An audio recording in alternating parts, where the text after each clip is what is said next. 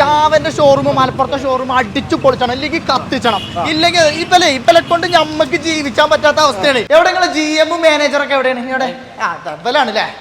എന്താ പരിപാടി? ഞങ്ങൾക്ക് എന്താ ഇവിടെ കച്ചവടം ചെയ്യൊന്നും വേണ്ടേ? ഞങ്ങൾക്ക് വണ്ടി കച്ചവടം സെക്കൻഡ് ഹാൻഡ് കച്ചവടം ചെയ്യൊന്നും വേണ്ട. അല്ല, പ്രശ്നം പറയാൻ നിൽക്കട്ടെ, നിങ്ങളെ കൊണ്ട് കുടുങ്ങിക്കാണ് നമ്മള്. കാരണം നിങ്ങൾ ഈ സാധനം ഇറങ്ങണ എത്രക്കായിരുന്നു? പുതിയ 2025 ഇറങ്ങണ എത്രക്കാണ്? എന്ത് പരിപാടിയാണ്?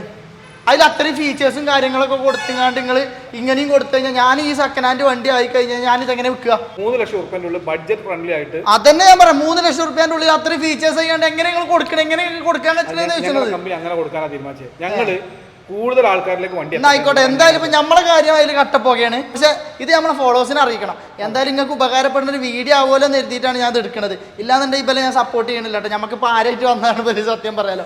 അപ്പോൾ ഇതിൻ്റെ ഡീറ്റെയിൽഡ് വീഡിയോ, പുതിയ അഡ്വഞ്ചർ SD അഡ്വഞ്ചറിൻ്റെ ഡീറ്റെയിൽഡ് വീഡിയോ നമ്മൾ യൂട്യൂബ് ചാനലിൽ ഇട്ടിട്ടുണ്ട്. റിലീസ് വിത്ത് മാലിക്.